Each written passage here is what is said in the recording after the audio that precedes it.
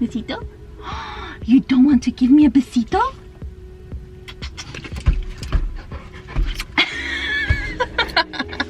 Sometimes he's like that. Sometimes I feel like he's embarrassed. You know, like little kids don't want their mom to like give them a hug before school.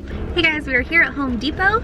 I am going to be really focusing on Dante's engagement throughout this entire little session that we're gonna have together. And after that, we are going to talk about things that I've done to help Dante really be engaged with me in public, outside, in areas that are really, really distracting. All right, see you guys inside.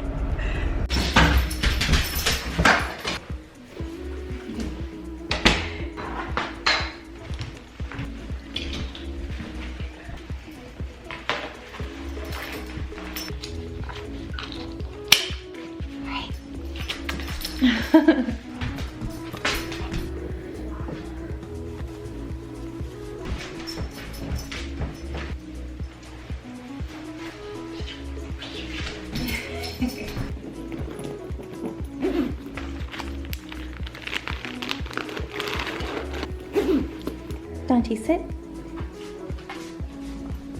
Good boy. Sit. Good job.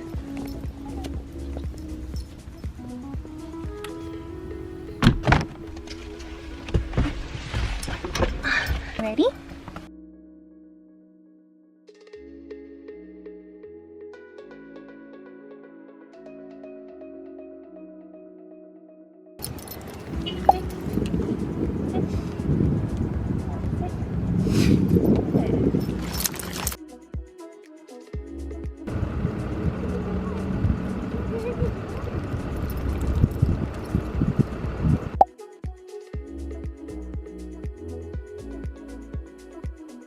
Oh, good boy, Brick. Yes, good boy. Come. Sit. Auntie, sit. Good, sit.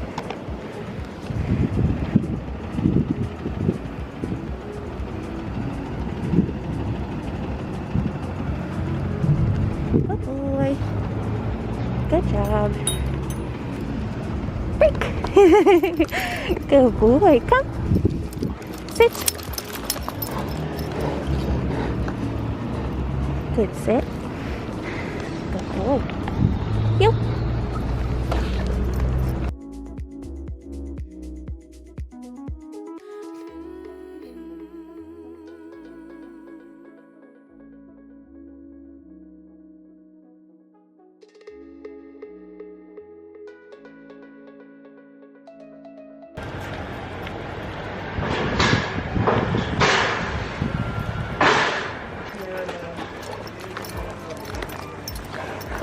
Good boy. Good job. Afternoon, welcome to Home Depot. Hello. Sit. Good job. Break.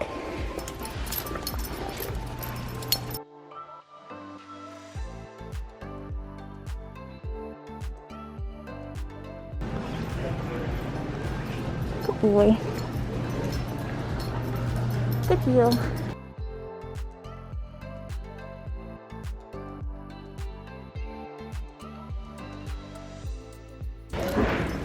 You. Good boy. You.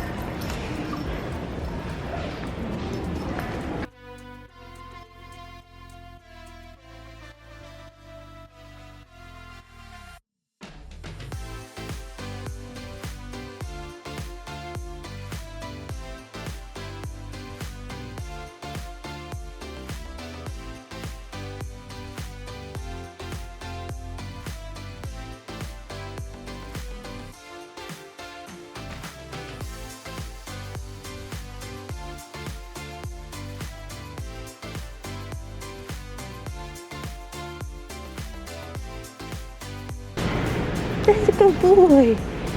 That's good. Come on. Good boy. Good job, Dante. Good boy. Good boy. Come. Good. Heel. Dante, heel. Good boy. Heel. Is it a Cane Corso or a Cane Corso. Yeah. Thank you. Heel. Good boy. Good job.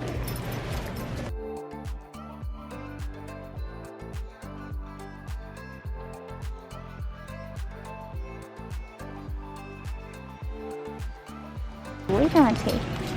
Good heel. Oh, way to go, boy. Yes, good job. Yeah. Trying to. Good heel, Dante. Good heel, Dante. Good.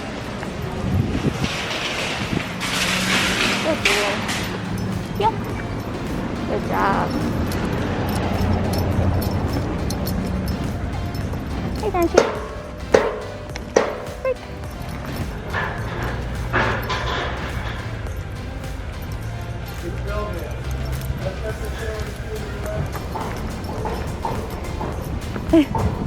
Get really excited. Dante, what happened?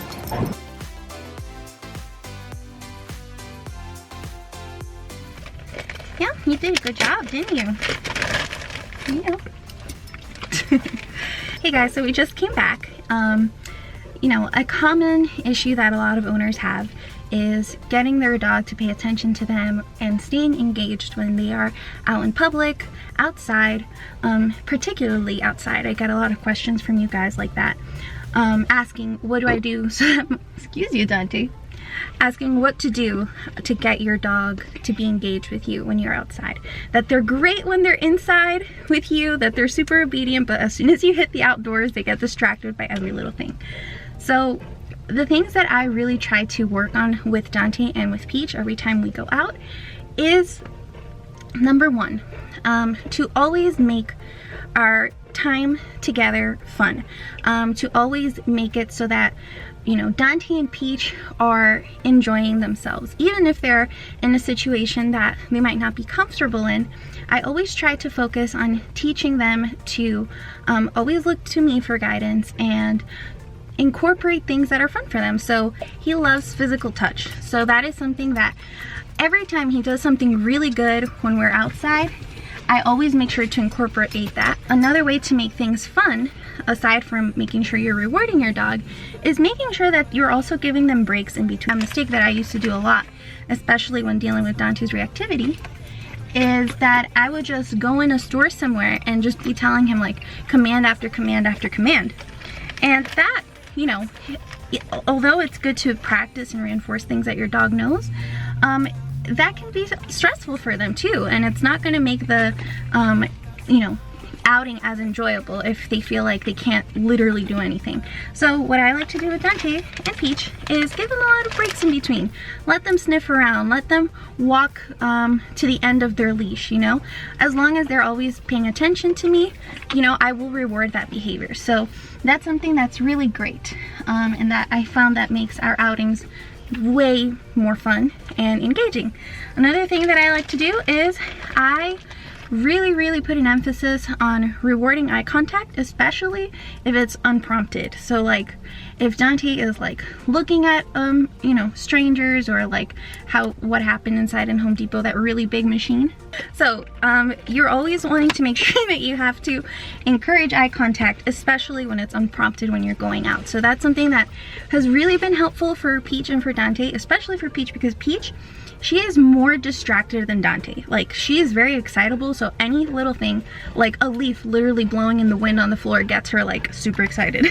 So something very important, especially for people who have, you know, really excitable dogs. Or a mistake that I think that a lot of owners make sometimes is going in biting way more than they can chew. So what I mean is, like, you expect your dog to be amazing because they're at home at like a Home Depot or at like the park, when you don't and you're not taking into consideration that there are like 5 million different smells in the environment. Though it's a little bit windy, that can also like distract your dog.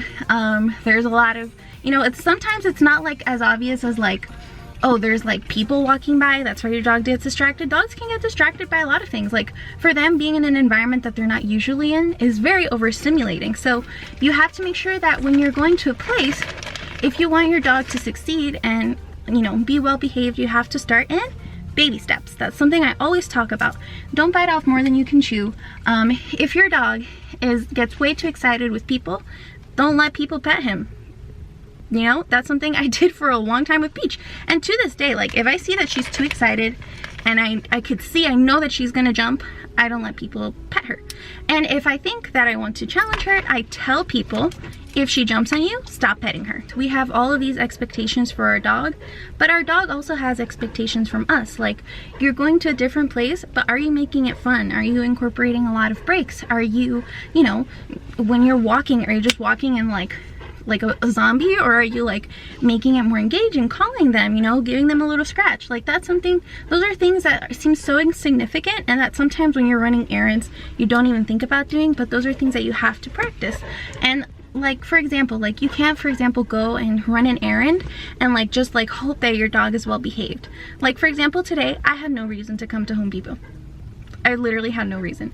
So I didn't have to buy anything, but I came because it's good for Dante and it's good for his training. Even just being here in the car and seeing like the random horse carriages and the cars passing by and the people, like those things are really beneficial to them. So, you know, you can't like just go out one time, your dog does terrible, and like, oh my god, why did my dog do terrible? It's because you didn't practice it enough. You know, it's a lot about rinse and repeat. So yeah, those are things that I always like to keep in mind when taking my dogs out. I hope that that helps.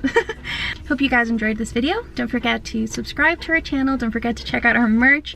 Don't forget to comment and subscribe. All of those things help us tremendously. It helps our videos be recommended more often and reach more people. So I would really appreciate if you guys do all of that. We would appreciate it. Right, Dante?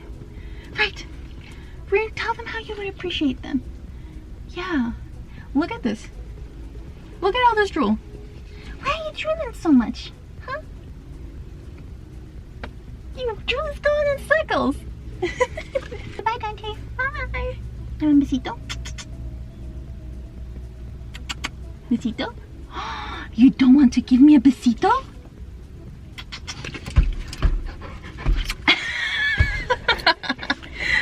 He's like that. Sometimes I feel like he's embarrassed, you know, like little kids don't want their mom to like give them a hug before school. I feel like he's like that too. Besito. Oh, thank you. He's very polite. He gave me one without bringing in all his drool. Here, I give you a little fish for that. Fish. Oh, just a good boy. See you until next time. Bye.